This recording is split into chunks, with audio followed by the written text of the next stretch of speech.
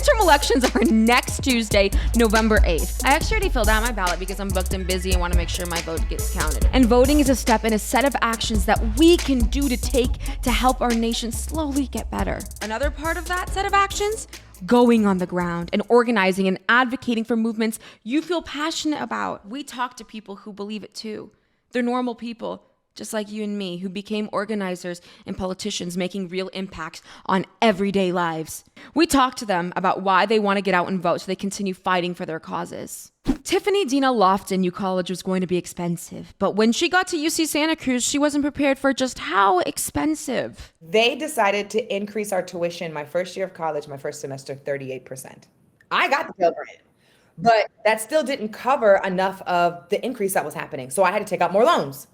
And my mom couldn't pay for a laptop, and I wasn't going back and forth to the computer lab every day. I was like, I have student loan debt, and also, wait a minute, why has tuition gone up 130% in 20 years? Why in the hell are we paying for education in the first place? And then why are these young folks graduating with thousands upon thousands, sometimes hundreds of thousands of debt? Good question, Tiff. College is literally so expensive. I have so many friends who are stressed out about paying school loans for the rest of their lives, and I'm asking these questions too. Tiffany wanted to fight for the answers she wanted, and she has been, and rightfully so.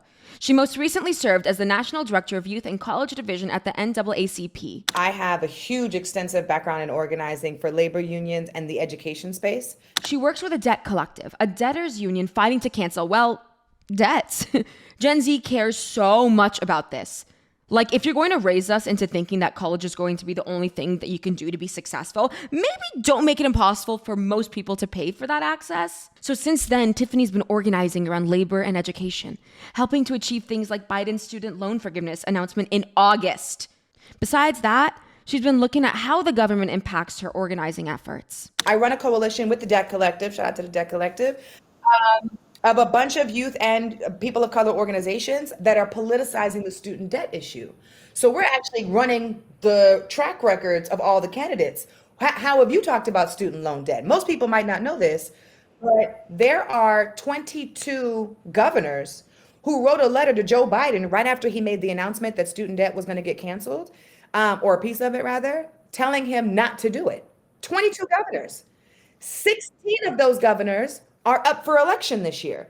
So I'm like, you might live in Florida and you don't even know that your governor told Joe Biden not to cancel student loan debt anymore. If we don't get those people out of power, then canceling student loan debt will be nearly impossible. Quite literally, nearly impossible. And people will continue wondering whether they'll be paying off their student loans until their great-great-great-great-great-great-grandchildren go to college. That's if the climate doesn't end them first. If we vote wisely, we can slowly chip away and make systematic change. If we can politicize more the issue of student debt through the midterms, my hope is the same way that I was talking about in 2007 and 2011 when I said that I didn't believe that cancellation could actually happen. Yeah. My goal now is in the next 10 years, what do we not believe now that we could move in the next 10 years? And between now, the midterm, we're going to cancel student debt. Between the midterm and the presidential 2024, we're going to tell people that education could be free.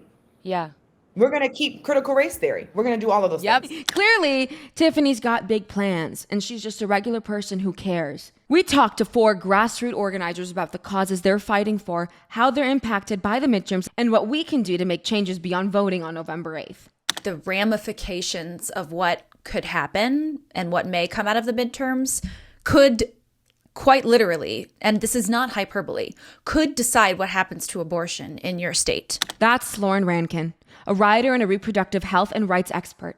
She used to be an abortion clinic escort. In fact, she wrote a book called Bodies on the Line at the Front Lines of the Fight to Protect Abortion in America. Her experiences outside of clinics really sounded like a battle. The most common experience I saw for folks walking in was terror and confusion at grown men holding a bullhorn and literally screaming at them, "You'll still be the mother, just the mother of a dead baby. Wow. You're going to rot in hell. They're going to rip your baby limb from limb. You're going to die in that butcher shop." Things that you just don't expect to hear, period, but from a random stranger while you're going into a healthcare facility. And coming out, almost always, it was like just you could see on their faces the relief that it was over. And that they didn't have to go through that again. And I don't even mean the abortion. I mean facing those people. And that is, frankly, fucking terrifying to hear. The rights to your own body are on the line. I can't wrap my mind around that. This isn't just a person with a uterus's issue. This is an everyone issue. At the bare minimum, we should let people get their doctor appointments in peace without a bunch of rude virgins with misspelled signs berating you. Talk about anxiety. Obviously, abortion has always been a massively politicized issue, even though it shouldn't be, especially with the overturning of Roe and the ensuing strict abortion bans happening across the country. People are losing healthcare access before our eyes. It is happening very fast. The midterms are going to directly impact the future of reproductive rights for all people. If you're asking someone, do you believe in abortion? You're asking them something very different than, do you believe it should be legal? And the vast majority of people in this country believe yes.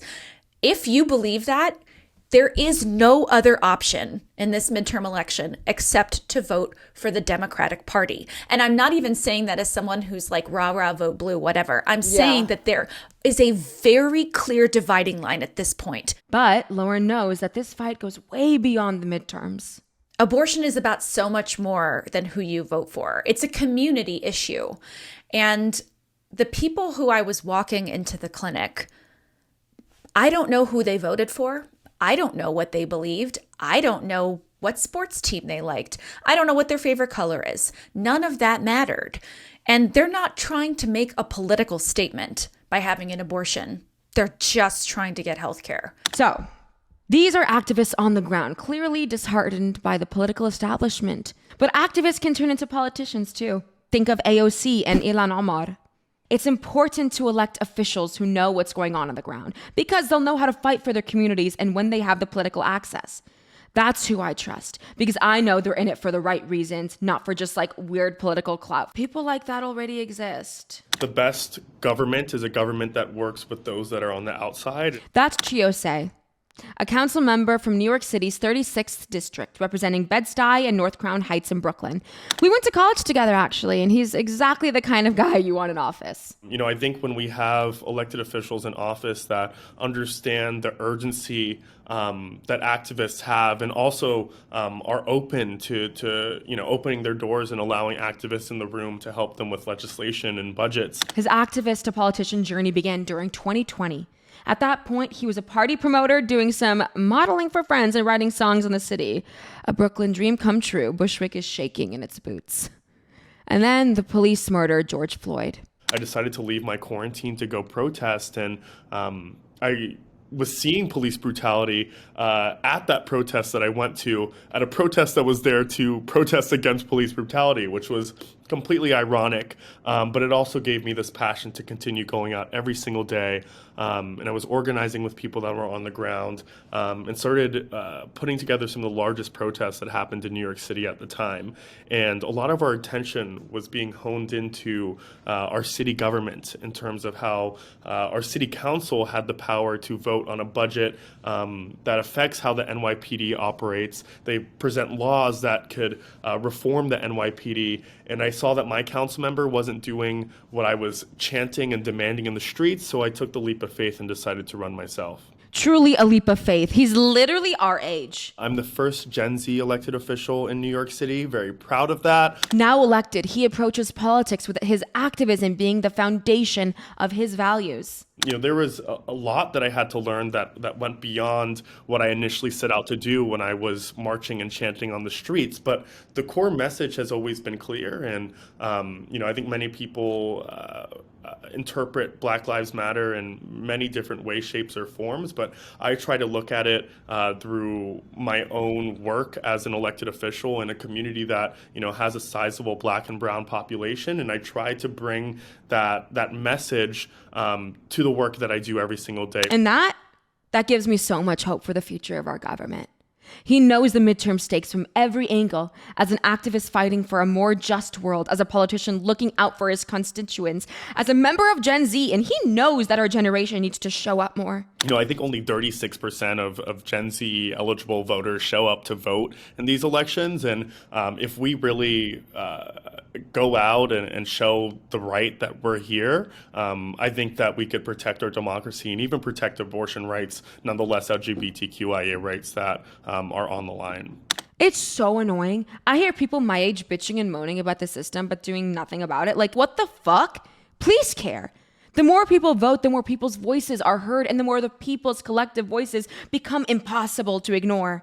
You're expanding the number of people who are going to be holding elected representatives accountable. That's what's going to make the change. And that's Nithya Raman, a LA City Council member for District 4, representing neighborhoods from Silver Lake to Encino. Not my district, but I club and thrift store there, so I definitely care about her district. She began as an organizer, working to combat homelessness. In my neighborhood, I saw that there was a lot more tents than there were a couple years prior. And I didn't see a lot of city officials really going out there and doing something about it, learning about the issues, really making sure that the city was solving the problem. She co-founded the SELA Neighborhood Homeless Coalition to combat the housing crisis. When we opened up volunteer opportunities for people to help on the issue of homelessness, hundreds of people came out to volunteer. Like, we couldn't keep enough volunteer slots every week for all of the people who wanted to sign up. And that's when I realized people's anger around homelessness, frustration around homelessness, really comes from a feeling of helplessness and their inability to do something about it. Yes. And I was like, well, if we had elected representatives who were like, here's what we need to be doing, here's what your role is in that solution, and here's how we move forward towards it, and really articulating that vision clearly, that we could have a city that wasn't being broken apart by homelessness, but really united in fixing it and working towards a common goal. And that's really what pushed me to think about running for office. She knows that being involved in your community and fighting for its cause is the first step. She's real for that. But for now, after working in politics, she knows that voting truly does make change too. I think we forget how much power we have. Yeah. And we forget how much we've changed the country's response on major issues. We have had real impact on what they've done. And I think we should take credit for it. And I think that's why we need to be thinking about our participation in midterms as really, really important. Because when we speak, it is, to me, it's clear that they hear us. Not enough, not fast enough, not at the scale that we want, but they do hear us, and we have made change. And I think we need to be more cognizant of how much power we have. I don't know about you, but I'm truly feeling empowered. We have a voice, you guys. And there's so many ways to exercise that voice, obviously through voting. And through doing work in our communities. The organizers we spoke to have so much advice for Gen Z who want to take action beyond the ballot. This is actually the season where you all can take the most amount of risk. Period. You should be afraid of nothing. You should be worried about nothing. You should be concerned of nothing. You should have no anxiety about what's going to happen. You should just do. You should just fight. You should just organize. You should just dream. Go out in your community, find that group, and then pick something that you're really passionate about and just take leadership. And people are looking for that leadership and guidance. And I think if you present yourself sincerely, people will accept you and make space for you in their lives. Whether it's joining your block association, your community board, helping a neighbor bring their groceries up their steps and chatting with their neighbor about, this upcoming election, volunteering for a local elected official in your city council, township, district, whatever. That's how you create some of the most tangible change that you can see on the day-to-day level. And I think building that sense of community is how we could build collective power that reaches to the top. Imagine being in a box that's pitch black and your dream is to figure out how to get out of the box. Instead of imagining trying to get out of the box, imagine what's on the outside of the box already. That when you break out of that box, right, you'll be able to flourish in this world of freedom and have this dream of how things should actually be. Let's break out of these boxes. Vote on November 8th. But since voting isn't everything and there's so much more you can do on the ground, go into your community because that's where real change happens. Go to votesaveamerica.com for all the voter info you need. I'm sending you so much love, and there's always light at the end of the tunnel.